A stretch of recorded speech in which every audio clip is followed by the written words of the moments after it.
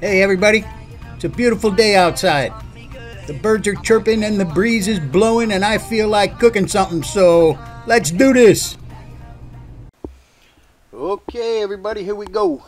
I'm going to make some beer batter. Right now I'm just butterflying these shrimp to bread them and I'm going to deep fry them. But the beer batter is coming up. I don't know how many people eat beer batter or make beer batter or even like beer batter. I don't know. All I know is the stuff is great. You know, there's no beer flavor actually, and after you fry it, there's no alcohol left, so you know it's safe even for grandma. So anyway, yeah, here's these shrimp. I thawed them out and I peeled them and took the tails off, and now I'm just gonna bread them. I'm using what they call an egg wash. Okay, an egg wash is egg and milk or egg and water, flour, and then whatever you're going to dip them in. The reason why you use flour is because the flour acts like a glue. So when you put the shrimp into the flour and then into the egg wash, it activates the glue. You know what I mean? It makes the flour wet. And that way, when you dip them into the breadcrumbs, the breadcrumbs will stick to them. Sometimes if you don't use an egg wash and you just put them right into right into breadcrumbs, a lot of times they don't stick. Okay, now there went 1 cup of all-purpose flour and 10 ounces of beer. You leave 1 slug left in the beer can so you can drink it. That's for you. Anyway, I'm going to end up adding, somewhere down the line, I'm going to end up adding another 1/4 cup of flour. Okay, so now we have, here comes a granulated garlic, and it looks like a lot because it is a lot. It's a lot of garlic. It's probably a tablespoon of granulated garlic. I don't use the powder stuff because the powder, when you put it in the liquid, it doesn't dissolve. Sometimes it comes out in big clumps. All right, there's a little bit less than 1 teaspoon of salt, and next coming up is black pepper, I think, and Worcester. Worcester is 2 teaspoons, and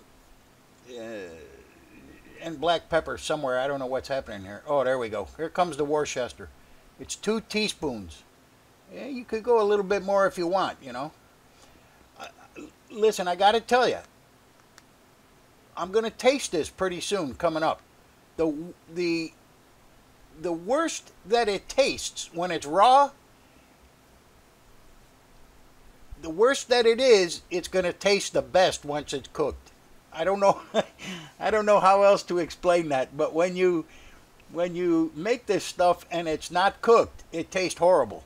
So if you taste it after you mix in your salt, garlic, Worcester, and pepper, if you taste it and it tastes bad, then that's going to end up being a very good beer batter. Now, at this point, you could add in any kind of thing you want in there. You could add chopped parsley. Oh, there we go. I'm trying it right now, and it was horrible, which means it's going to taste very good. Here comes another 1/4 cup of flour, and that's it. It should be a little bit thicker than pancake batter. You know, if you're wondering how thick it should be, that's a little bit thicker than pancake batter. You know, but you know, that's something you're just going to have to experience. You know what I mean? That's something I can't really give you a density. There, you can see it there. It's kind of thick. Okay, you could put chopped parsley in here. You could put paprika. You could do, I mean, if you wanted to flavor it, you could do oregano. I mean, you know, I don't recommend it, but you could. I just like plain beer batter. It's really good stuff. It's light. It's crisp. It's very good stuff. Okay, now here are the onions I'm putting in the flour and then the beer batter. Now listen, if you cut the onions and you let them sit too long and they dry out, they're not gonna, no flour is gonna stick to them. So if that happens, just put them in a coffee strainer, you know, a coffee sifter, and get them wet again. Okay, now again, the basket. I don't put the onions in the basket. The basket is too small. You know, you can only get a couple in there. So what I do is I put the basket on top to hold the onions down, and that way you don't have to turn them over. You don't have to worry about, you know, cooking the other side. You know, they all cook evenly now with the basket on top. But don't push the basket on it. Just lay the basket in and let it sink down. It'll take care of itself. You know, these are also good the next day. If you make extra and you want to refrigerate them, here's what you do. Let them cool first. Let them get cool. You know, I mean, no heat at all. Let them cool off completely on the counter. And then put them in a plastic bag and put them in the refrigerator. Then the next day, take them out and throw them into the toaster oven for a couple minutes. And, phew, man, they're good to go. All right, there goes the shrimp. I'm not, you know, this video really wasn't about the shrimp. It was more about the beer batter. The shrimp is, you know, just a bonus. Man, those are good shrimp, too. I marinated the shrimp in a little salt, pepper, lime juice, and a little bit of Worcester. Worcester goes really good with seafood. If you marinate any kind of seafood, you got to have Worcester. It's one of the, you know, very good ingredients. Oh, here they come. Oh, man, these were so good. Woo-hoo-hoo, mama. Oh, yeah, baby. All right, so anyway, tonight, you're not losing any weight tonight. I can tell you that.